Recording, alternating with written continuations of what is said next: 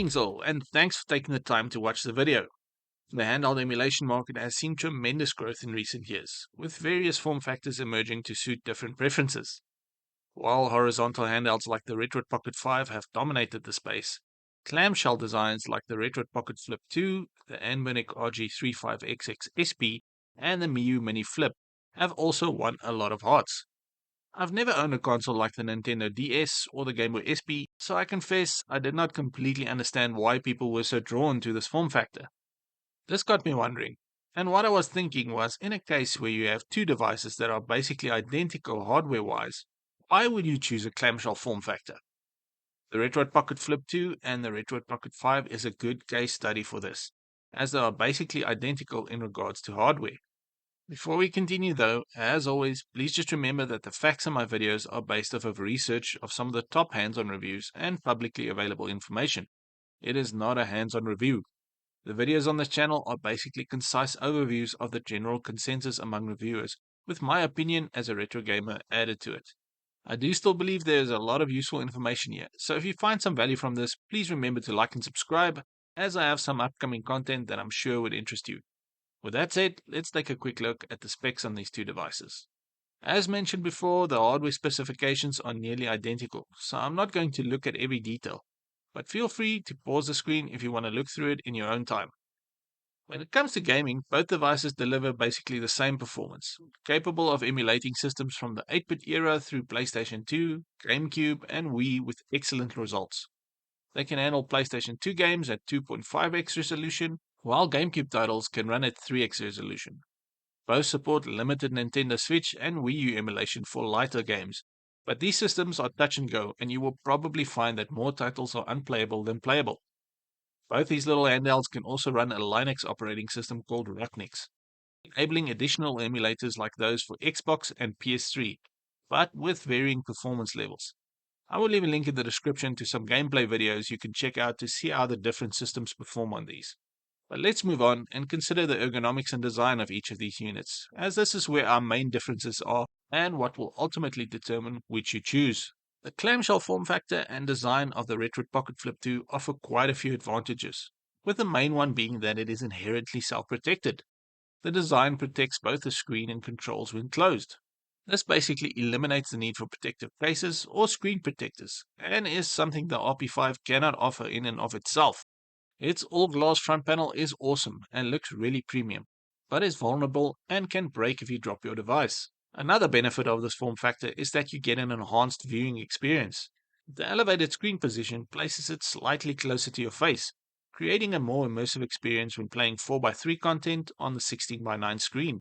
From what reviewers are saying, the bezels are slightly less notable as vision naturally funnels towards the center.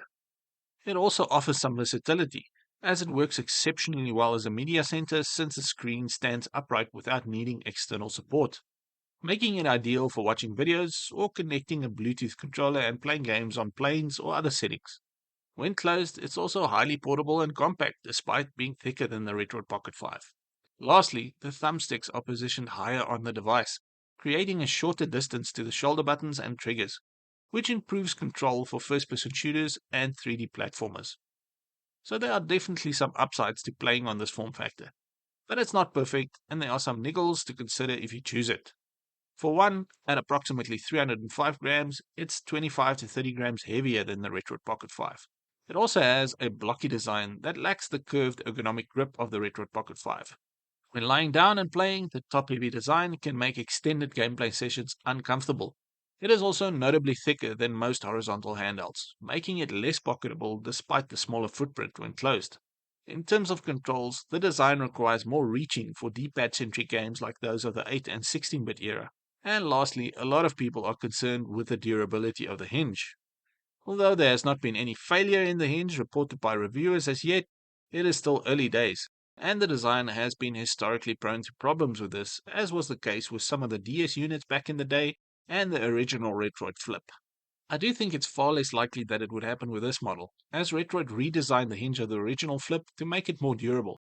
So I think they probably learned from that experience, but only time will tell though.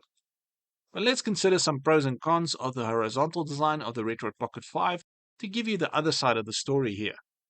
When it comes to this horizontal beauty, one of its main advantages are that it has better ergonomics. The curved design with textured grip areas provides better comfort during extended play sessions. It also has more optimal placement of the D-pad and face buttons, which makes it excellent for older D-pad centric retro games, while still having the analog sticks for 3D games and shooters. When considering the weight, it has a more balanced distribution, without the top-heavy feeling of the Flip 2, and it is significantly thinner, even though the overall footprint is larger. Lastly, it has no moving parts, which means that it has fewer potential failure points over time. On the downside, though, it is more vulnerable to damage than the Flip 2. The screen and controls are always exposed, requiring cases or screen protectors during transport. The analog sticks are positioned further from the triggers, making certain genres like first-person shooters less comfortable on the Flip 2.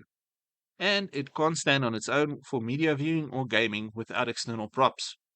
So, what is my conclusion then? Well, I think that you should choose the Retroid Pocket Flip 2 if you prioritize portability and protection during transport. If you mostly play first-person shooters or 3D games, and if you often game in varied environments and want a self-supporting device.